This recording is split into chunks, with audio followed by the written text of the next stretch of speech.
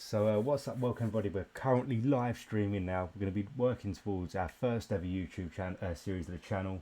We are looking to go from zero to Keystone Hero, and you might be wondering why. I've discussed it with people earlier. After years and years of playing this game, I've got one notable achievement to my name, which is I went Keystone Hero in Dragonflight Season 3 as a prop pally. I've never been able to do it again since. So I need to prove that it is not just a fluke and that we actually do have the ability to do it for a second time. We've got the added challenge this time round of I'm playing a spec I've never played in the since playing World of Warcraft. I've played since early BC, never played Warrior, so we're going to give it a go. If you're wondering why I've picked Warrior, it just happens to be the only character I've got at level 80 at this moment in time. Talents wise, I was going to go through the effort of creating my own build. Decided against it, thought it might just be easier to copy the Whalehead build, so this is the build we're going with.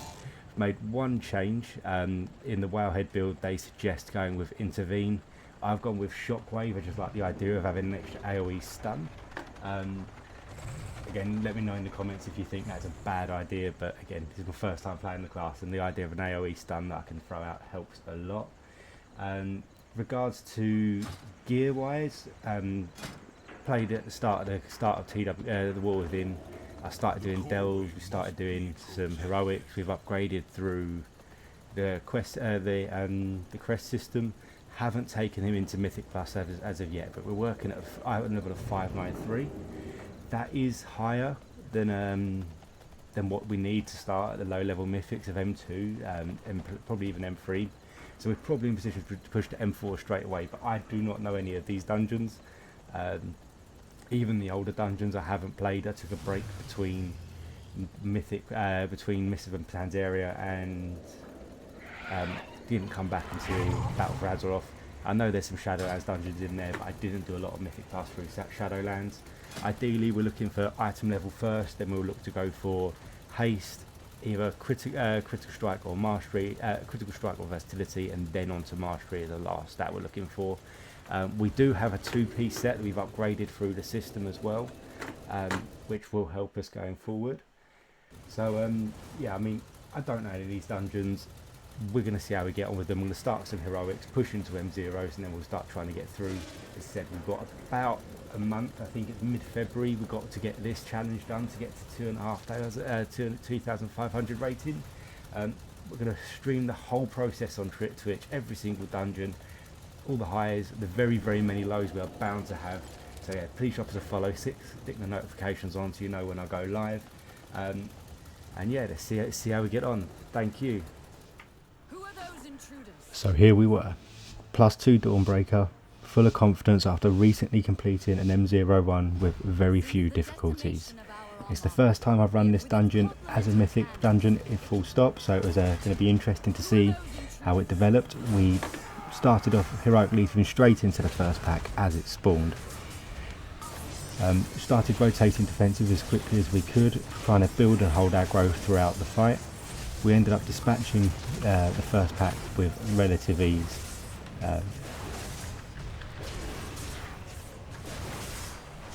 There were a few moments in this where the lock dropped pretty low, but the healer managed to keep them up quite well, and we managed to keep our health topped with plenty of ignore pains through the fight.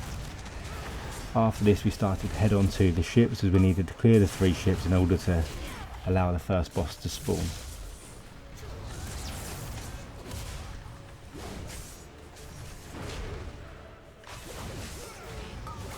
The Order of Night is trying to steal the flagship.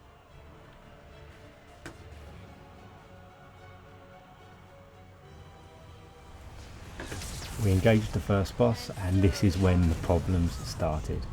Following the first trash packs, we were looking really good. However, it was just a precursor thing before the proverbial hit the fan. We got through the first phase of the fight and triggered the mechanic where we have to fly off the boat until the AoE explosion. But at the time we left, we were very low on health and unable to keep top before re-engaging. The fight ends up finishing fairly soon after with a squad wipe.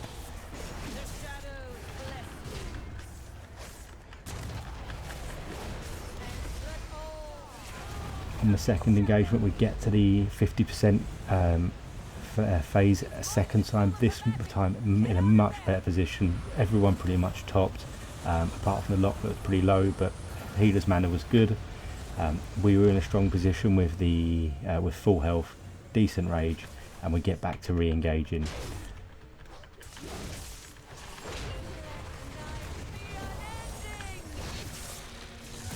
We progress through the fight. As you can see, we're keeping the ignore pains up, we're keeping our shield blocks up, trying to generate the rage with shield slam, and things are looking good until I demonstrate that I cannot stand out of the fire. We're rotating round with the beams. We manage it this time round, but when it comes to the next one, we position poorly, we get hit straight by the beam and go down. And this is right towards the end of the fight, and luckily for me, our team managed to remain strong and get the fight finished, and we managed to move on, clearing the first boss after one wipe.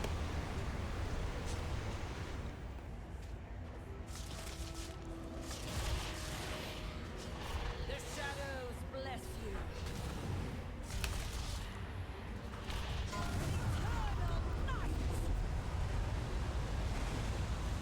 She's lost control of her magic. Get out of there. Next up are the 3 mini bosses you have to clear before engaging the second boss. We went straight to the church, cleared that one through with very little issues. Onto the second, and I have a real bad moment where I take back off after the team's engaged. I'm not down, I've got no rage. DPS has already gone down, healer's down to half health, and we wipe on this trash pack. Completely my fault, because for some reason I didn't like my landing spot. I decided to change where I was landed. We went back in, this time managed to get down, we gathered the aggro, again trying to keep ourselves up with our defensive, but we're taking heavy damage, and we're down again. That's 2 wipes on the same trash pack, no real excuse why, but we eventually get it down, we get the third boss complete, the mini boss is completed, and then we're on to the final trash pack before the second boss. It's a hard fall, a couple of range that are a bit far out, and I'm still struggling to work out how to bring those in. Tried to hit them with the challenging roar, but it was on cooldown, so I couldn't get that. We end up taking quite a lot of damage. We're trying to keep the defences up, and we go down again. It takes a second engagement to finally clear this pack. No, just mouse me. I simply wish you had lasted a little longer.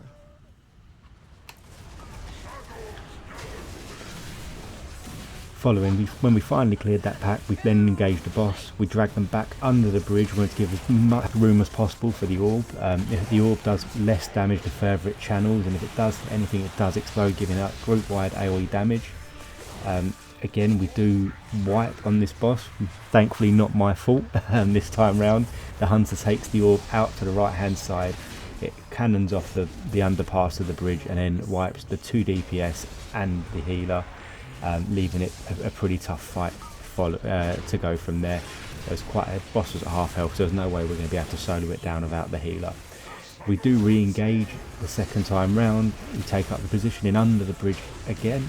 The hunter, DPS, healers are all standing in front of me, directly behind, so that the ball's got a lot further to travel, and we get through the boss in the end with very little trouble at all. However, at this point, with the multiple wipes, we have run down a lot of time. There is still time left on the clock to get the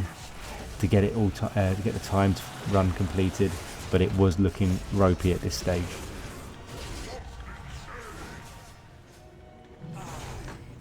We're preparing to clear the last trash before the final boss, but as the boss spawned, another pack spawned at the same time.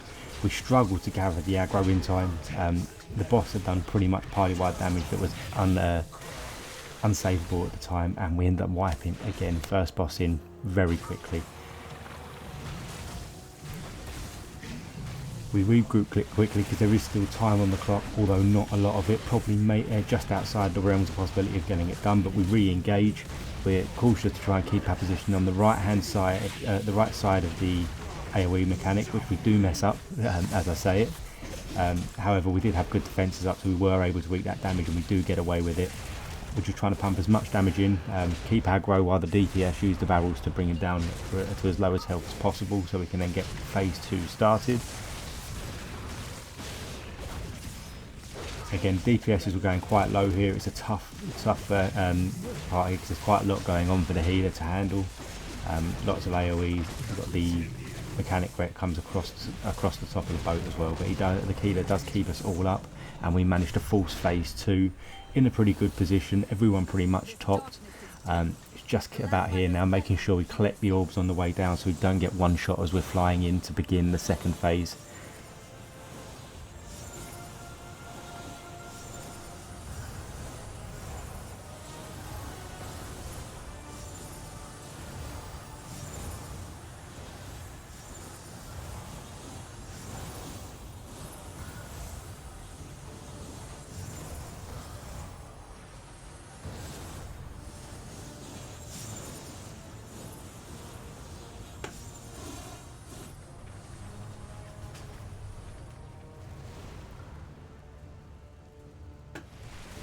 Second phase begins very similar to the first phase with the mechanics, only now this time it's a pure DPS race without the bombs. Again, we're just trying to keep aggro up here, not focus so much on our damage, but just making sure that we stay as topped as possible, trying to keep ignore pain up, and we do get the kill. Unfortunately, we did not time the key, and it was a harsh introduction into the Mythic plus Keystones we were going to. The true lesson of the void. Our next challenge was Ara-Kara. Ego slightly bruised, having not timed a +2. They're supposed to be the easiest key, but we still went in full of hope that we can get this one timed. Pulled the first couple of adds and begun the fight with the first pack. Drop a little low. I think the hardest bit I found with Warriors so far is trying to get the rage to get your defensive offs at the start of a pull. You feel quite vulnerable, but we get rolling, we start to get the ignore pains up, and then we dispatch the first pack with relative ease.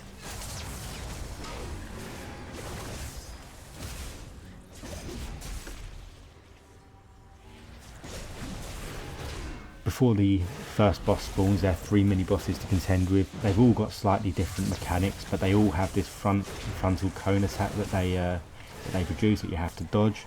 We did get a little bit hairy here because we did pull a small pack into the boss at the mini boss at the same time, but because we had full rage, we had to up the defensive, and we managed to dispatch the 3 bosses with relative ease, spawn in the first boss. So far, the run's been flawless. Very happy with the way it was going. The first boss in Ara-Kara is notorious for being a group breaker. It's got a mechanic where you've got to avoid swirlies as they come down. All 5 of the party members have to avoid it, and they leave pools in behind. One of the toughest things with this boss is trying to ensure that you've got space to operate as this mechanic happens. So I was trying to tank him towards the edge of the platform, and as you can see, I'm trying to draw all my swirlies to land and leave pools along that one side, but we end up caught in the middle of a section of these swirlies, so we're taken to a very small section, but as that happened, it was towards the end of the fight and we managed to dispatch them. This pit is the toughest part of the trash packs in my opinion for this dungeon. There's a lot of small packs very close together. We start by pulling 2 packs next to each other. We're popping defensive. The larger mobs to the left hand side are quite dangerous. They put out a frontal cone that does a lot of damage very quickly. So halfway through this fight, a patrol joins in, which proves too much to handle for the group. I'm trying to get the defensives up, but there was just too many mobs, too much damage coming in, and we do go down. It is the first wipe of the dungeon, but we've been so smooth up to that point. We were still very much on track for time. We take the pulls the next time round through the gauntlet a little bit slower, isolating these larger mobs so we can avoid the frontal cones, and eventually make it through with very little trouble indeed.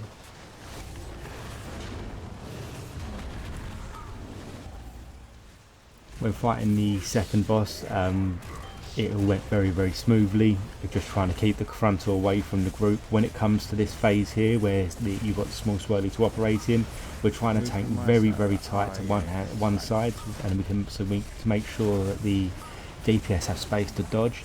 If you take the frontal down the centre of that circle, there's very little room, and you do end up losing some DPS. We did lose one through the fight, but it was towards the end. We managed to get again dispatched without a group wipe, ready for us to move on to the third and final boss. Third and final boss we engaged. We're trying to avoid, there's a lot to avoid in this fight. You've got to the boss puts up a poison which when dispelled shoots out balls left and right, and they also have a swirlies that drop on the ground. Disaster strikes in this fight at about 25%. We lose the healer, so it's just me and the rogue from 25% onwards. We pop all defensives. I'm trying to keep as much up as possible, trying to get as many of my heals off as possible. We were running low. At this point it wasn't looking like it was looking like we were going to have to reset, but we did manage to pull off the fight, finish the fight with no healer, and actually complete the key with a +3 rating, so a complete switch around from where we were in the Dawnbreaker. Maybe that means the Dawnbreaker was just a poor dungeon, and it was going to be nowhere near as difficult as I thought it was following not timing that, but we'll see as we go through the series.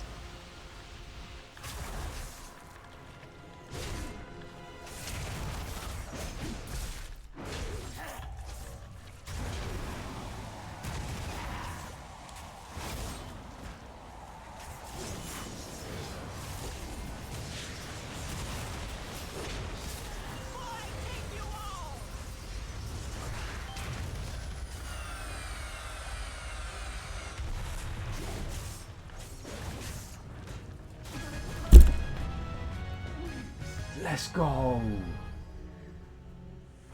Let's go! You learn the true lesson of the void. Next up for us was the Stonevault, which we went into full of confidence again after a very good Ara-Kara run.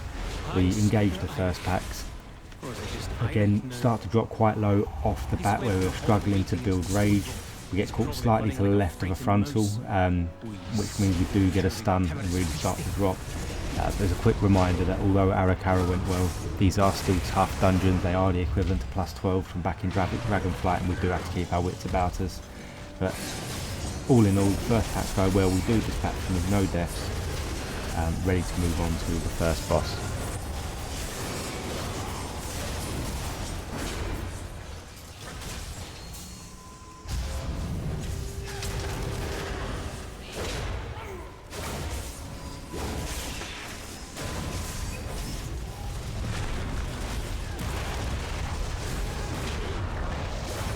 We engaged the first boss. We got the major defences off cooldown and managed to keep them off cooldown for the majority of the fight. We're just trying to stay out of these beams, trying to stop as much damage as possible, trying to keep enough space for everyone to avoid all the mechanics in this fight. Eventually the boss went down fairly straightforward, and again no wipes, no deaths from this boss. That was a really good start.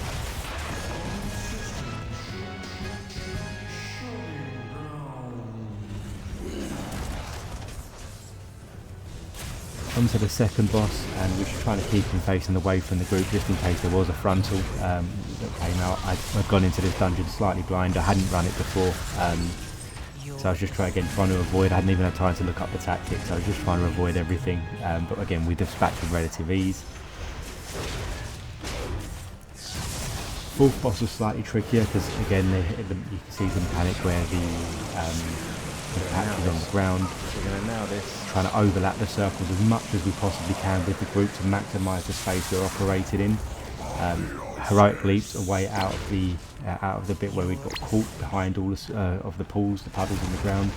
Again, eventually we went down. The boss dropped very quickly and actually clear it out with again minimal trouble. So with 2 dungeons now under our belt, timed back to back. Next up was the Siege of Boralus. It's a dungeon that I think I run once during BFA, so I had no clue where I was going. As you can see from the first moments, we jumped straight into the first pack, but go down very quickly. We did following that. We then went through the dungeon with relative ease, engaging the first boss. Doing our best here to try and catch all the ads as they spawn. It's very much a DPS fight where they're trying to drag the boss over the bond. I'm just trying to get the ads on top of me. DPS, I'm going to get the boss there. I can at least get an ad over there, or I can pop a defensive and absorb it. We get the boss down first time round. I've had very little trouble. Trash packs leading up to the second boss didn't cause any issues either. We engage the second boss, and again it's very much dodge and hold aggro, keep your defensive up and make sure you don't get done by any tank busters. DPS are very strong in this group so far. Honestly, I'm like playing out my skin to try and keep going. I think it's going to be mad, but hopefully it comes with the gear. Following a moment under the bridge where I ran straight into the archers, we then managed to get to the third boss. Key thing here is position as a tank.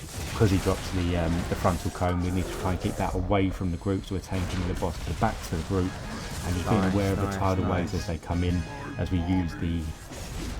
Can we do this? We're basically after a very quick wipe on the first tentacle in the boss, final boss, we re-engage for a second time. Need my heal.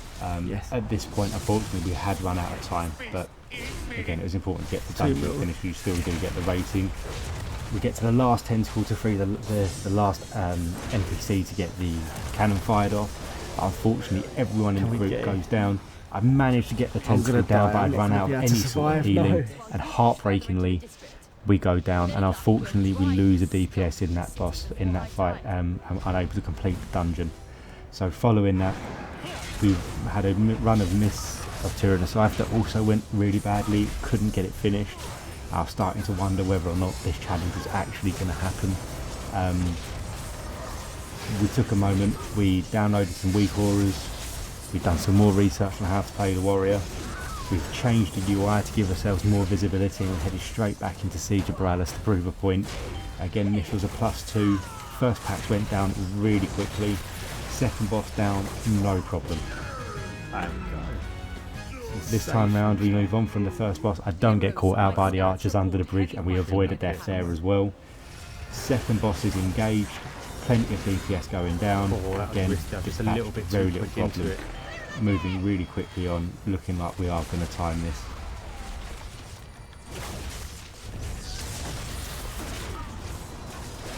We are smashing through this. I think I might have started to figure this whole stuff out.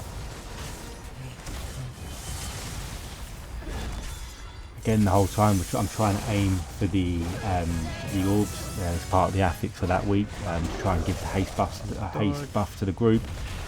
With Shockwave, we've got a nice AoE stun that does interrupt them. Again, avoiding the waves from this boss, trying to take him away from the group, avoid the puddles, again, goes smoothly. So we, with plenty of time left, we're able to get through this boss with no problems at all.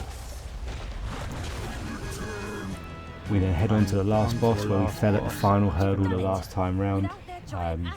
We engage we managed to do the first two tentacles with no issue.